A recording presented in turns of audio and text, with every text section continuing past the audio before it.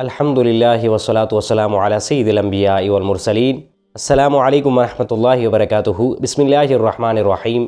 اللہ کے رسول صلی اللہ علیہ وسلم کو اللہ نے تمام انبیاء سے افضل بنایا اور ایسے معجزات عطا فرمائے کہ جو ہر نبی کو وہ معجزہ عطا کیا وہ سارے معجزات اللہ کے رسول صلی اللہ علیہ وسلم کو عطا کیے گئے۔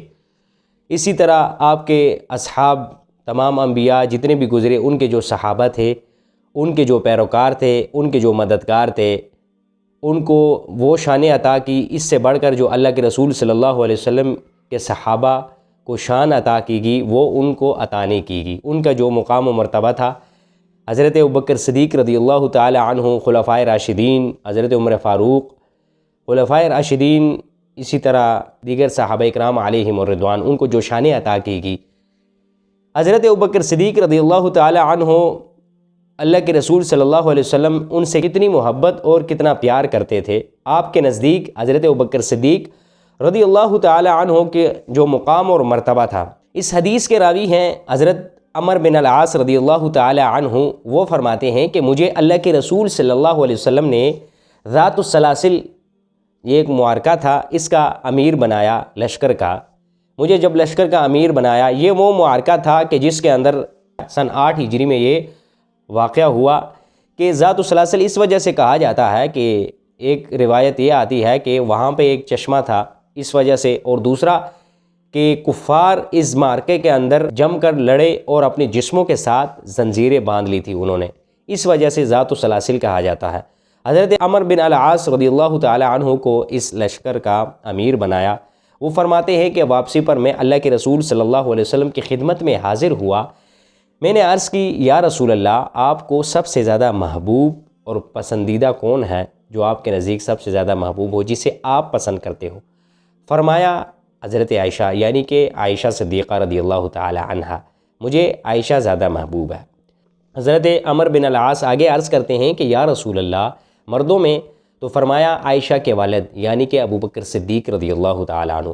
آگے فرمایا کہ آگے کون؟ اس کے بعد تو فرمایا عمر فاروق۔ اسی طرح حضرت عمر فاروق کے بعد صحابہ اکرام علیہم الرضوان کا ذکر کرتے رہے، مولا علی، حضرت عثمان غنی۔ تو حضرت عمر بن العاص فرماتے ہیں کہ میرے دل میں یہ خیال آیا، یہ خوف آیا، میں خاموش ہو گیا، آگے سے میں نے سوال نہیں کیا کہ کہیں میرا ذکر سب سے آخر میں نہ کر دے کہ تم سب سے آخر میں مجھے محبوب ہو، مجھے پسند ہو۔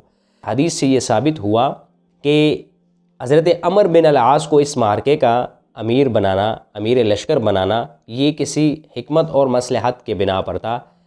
دیگر صحابہ اکرام بھی، حضرت ابوبکر صدیق، حضرت عمر فاروق، اکابر صحابہ اکرام علیہم الرضوان موجود تھے، لیکن اس کے باوجود حضرت عمر بن العاص کو اس لشکر کا امیر بنایا۔ اب یہاں سے یہ بات بھی واضح ہوتی ہے کہ حضرت ابوبکر صدیق رضی اللہ تعالی عنہ کی جو شان، یعنی کہ مردوں میں سب سے زیادہ، اللہ کے رسول فرماتے ہیں کہ حضور نبی اکرم صلی اللہ علیہ وسلم نے فرمایا کہ مجھے مردوں میں سب سے زیادہ ابوبکر سے محبت ہے۔ سیدنا ابوبکر صدیق رضی اللہ تعالی عنہ کی شان یہ ہے کہ اللہ کے رسول صلی اللہ علیہ وسلم فرماتے ہیں کہ ہر چیز کا بدلہ میں نے چکا دیا، ہر احسان کا بدلہ، لیکن ابوبکر صدیق کے احسان کا بدلہ بروز قیامت اللہ تعالیٰ اس کا بدلہ چکائیں گے۔ اسلام پر جو حضرت ابوبکر صدیق رضی اللہ تعالی عنہ کے احسانات ہیں، اور آگے جو عورتوں میں ام المؤمنین سیدہ عائشہ، اللہ کے رسول صلی اللہ علیہ وسلم کو یہ زوجہ مبارکہ حضرت عائشہ صدیقہ رضی اللہ تعالی عنہ سب سے زیادہ پسند تھی۔ حضرت فاطمہ جو آپ کی بیٹی ہے، روایات میں اسی طرح جو آپ کی سیدنا خدیجہ الکبریٰ رضی اللہ تعالی پہلی زوجہ تھی، وہ ان کی فضائل، لیکن اس حدیث کے اعتبار سے جو اس حدیث میں ذکر ہوا، اس حدیث میں جس عورت کا، جس زوجہ کا ذکر ہوا وہ حضرت ام المؤمنین سیدہ عائشہ، پھر اس کے بعد مردوں میں ابوبکر صدیق، اور پھر اس کے بعد عمر فاروق اور دیگر صحابہ۔